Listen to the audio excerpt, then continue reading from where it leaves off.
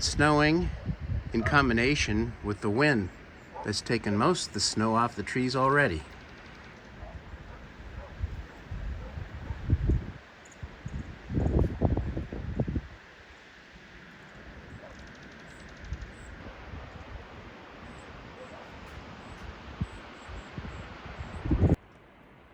It's really snowing hard, 33 degrees, so just barely able to sustain snow. We're experiencing blizzard conditions here in Sequim, out on the Olympic Peninsula. Holy cow.